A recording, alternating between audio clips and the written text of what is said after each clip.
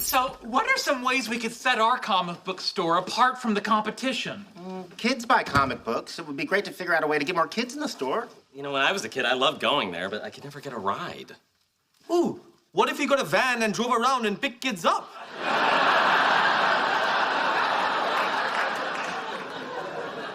Nice.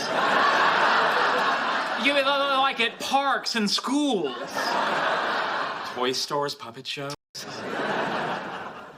Hold on. So, your idea is to get a van and cruise the streets looking for kids to pick up? Yes. And are you going to use candy to lure them in? We are now. You told Emily we hooked up? Well, in my defense, I'd tell everybody. Why would you say that? We were having a conversation about past lovers. We weren't lovers. Come on, everyone knows we didn't sleep together. We got drunk and fooled around. Why couldn't you just leave me out of it? Well, we were being honest. You would leave me out of the conversation with the next guy if you dumped Leonard? Why say it? Yes! Well, I would never leave you off my list. And not just because without you, we're playing fast and loose with the word list. Well, good job. Now she hates me. Great. The bright side, that Oxford study was right. One friend down. I wonder who you're going to lose next. You, okay? It's you. You're next. No, you're crazy about me.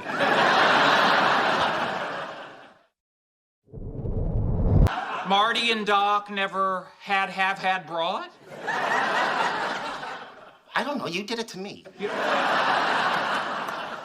I'm going with it. Marty and Doc never have brought the time machine to 2015. That means 2015 Biff could also not have brought the almanac to 1955 Biff. Therefore, the timeline in which 1955 Biff gets the almanac is also the timeline in which 1955 Biff never gets the almanac. And not just never gets. Never have, never hasn't, never hasn't.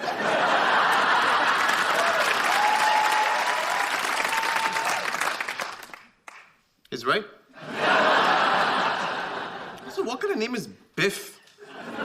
Sounds like when you pop open a can of Pillsbury dough. Biff. Oh, that stuff is so good wrapped around cocktail weenies. Guys. Do you know that the word Wiener comes from the German name of the Austrian capital, Vienna, or Wien? Do you know if you look at Austria on a map, it actually looks like a wiener? Guys, what are we doing? We sent the girls away so we could focus. I don't think it worked.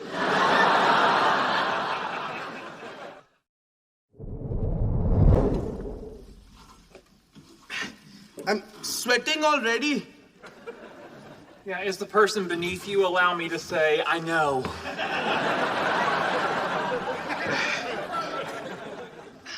How hot is it? Let's see. 704. No, wait, it's on clock. The real answer isn't much better. 102 degrees. Well, that's what we wanted. This is as hot as the mines will be. True. Sheldon's Mine Simulation Log, Entry 1.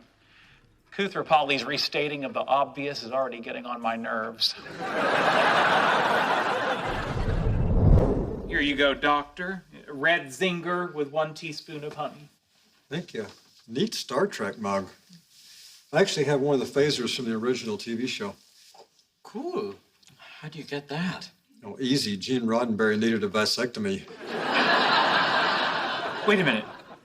You snipped Gene Roddenberry's vas deferens? Yes. Wow, you really went where no man has gone before.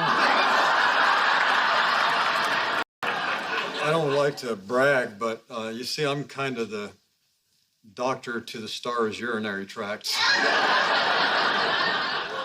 Wow. You want to see James Cameron's kidney stone?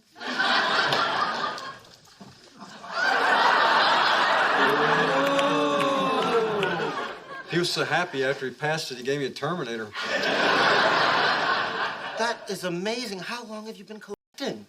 Well, ever since I was a kid, but I didn't really get serious until William Shatner's bladder infection. What'd you get? What'd you get?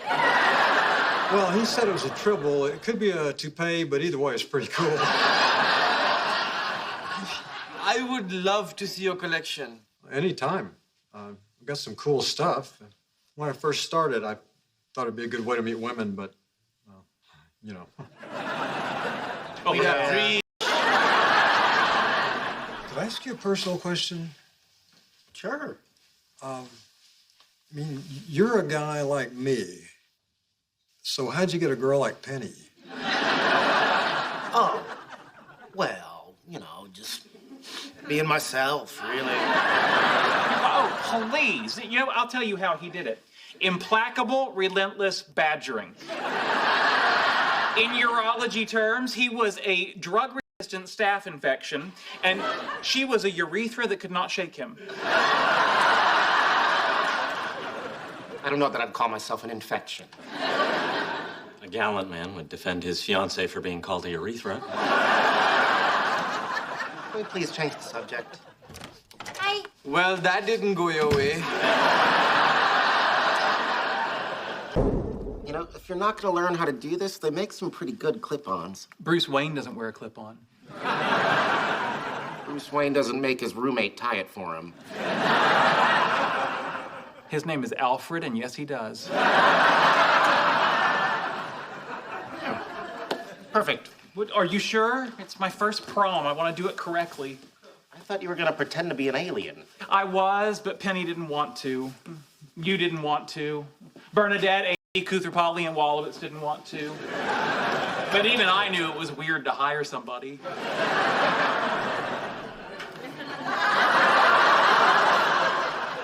Was that a flask?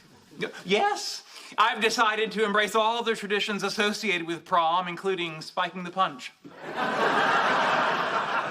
You're going to put alcohol in the punch. Oh, no, this is pomegranate juice. It's all the fun of high school hijinks with the cell-protecting of antioxidants.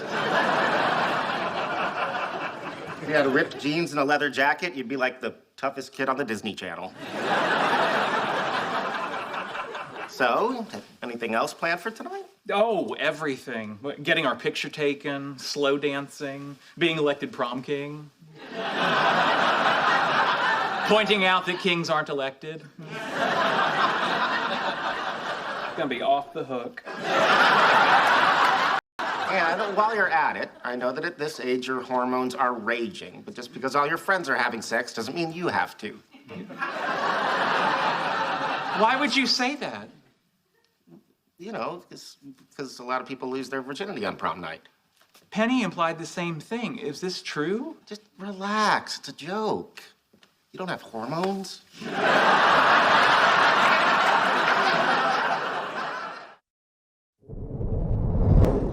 Doctor said I should be out of surgery by 10. Okay. And Sheldon really believes we're at a public swimming pool? He was so busy figuring out how many parts per million of urine we'd be floating around in, he didn't even question it. 18 parts per million. And he's still doing it. Don't worry about that. I'm happy to take you to work. Well, thank you. Yeah. And Leonard never lets me have French toast sticks in the car. Yeah. I can't have syrupy fingers, but he can do the backstroke in a toilet bowl. It's nice they're getting exercise. Although now that I think about it, Leonard would never go swimming in public without his swim shirt. I'm sure he brought it. Oh, but last year at Magic Mountain, he got such a bad sunburn, we had to cut him out of it. You probably got a new one. Finish your breakfast. Look, there's an entire section of my dashboard that doesn't have any syrup on it. You're acting odd. Why? I'm odd all the time. Everyone knows that. Just last night, I tried to see how many fava beans I could fit in my mouth. Tell me the truth. 28. Come on. 56. Amy! What's going on? All right. Don't get upset, but an earlier appointment opened up for Leonard, and he's getting the surgery right now. I see.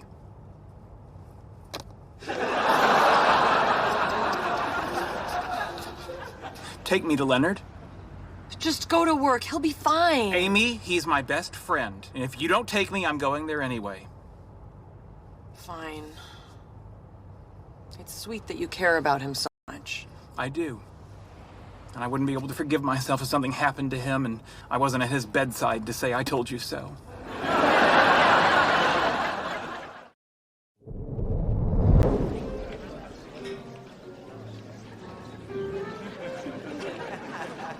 So, Dan, you have a grandson? How old is he?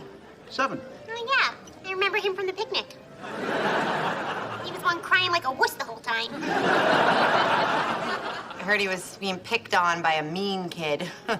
Just builds character. Like my dad said, nobody likes a crybaby except their mommies and Democrats.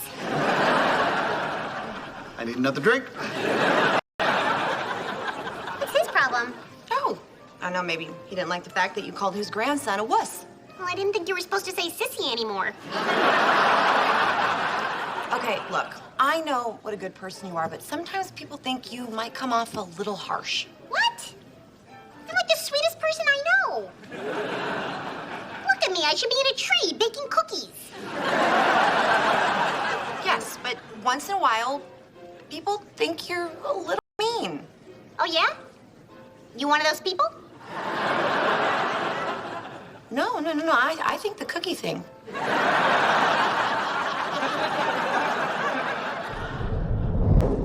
So if you don't mind me asking, do you think you might start dating again? It's much too soon for that. Why, do you know someone?